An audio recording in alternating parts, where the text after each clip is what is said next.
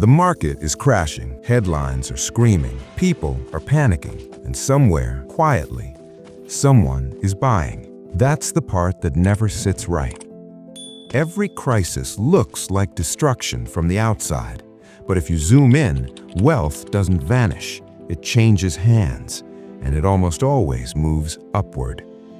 This matters right now because we've lived through crashes, pandemics, rate shocks, and inflation waves in barely a few years.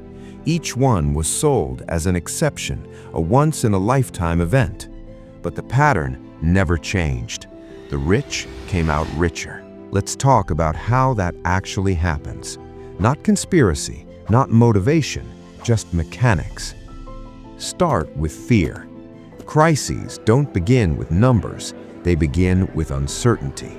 When people feel uncertain, they do three things fast.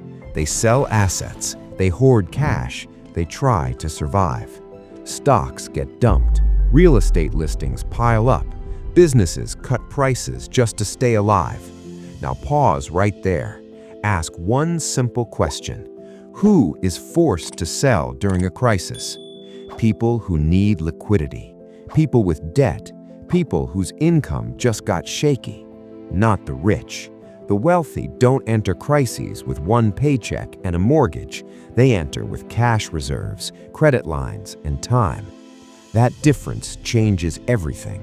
When prices fall, the public sees danger. The wealthy see discounts. In 2008, housing prices collapsed. Millions lost homes.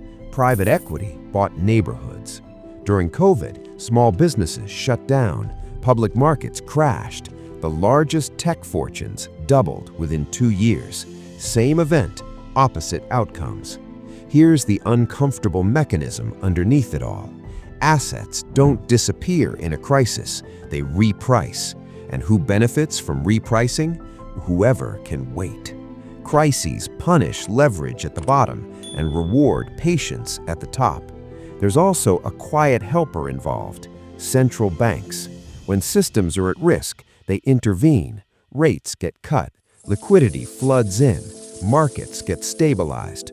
This is sold as saving the economy, but look closely at where that money flows first.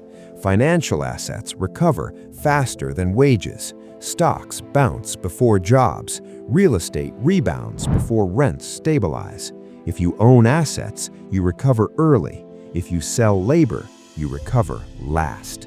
That's not a moral judgment, it's a design feature. Now add one more layer, information. During crises, narratives move faster than facts. Retail investors react to headlines, institutions react to balance sheets.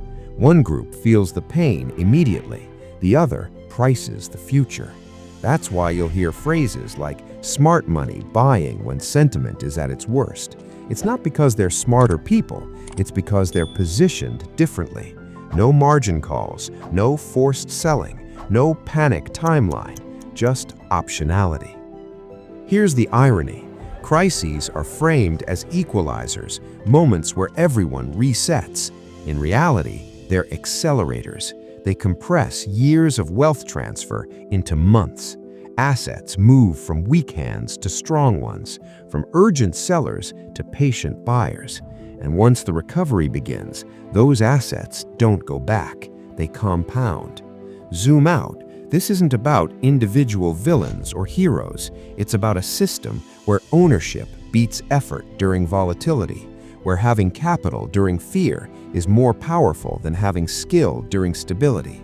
And as crises become more frequent, not less, that gap widens faster. So the real question isn't why rich people get richer in every crisis. The question is this: in a world where uncertainty is permanent, who can afford to wait when everyone else can't?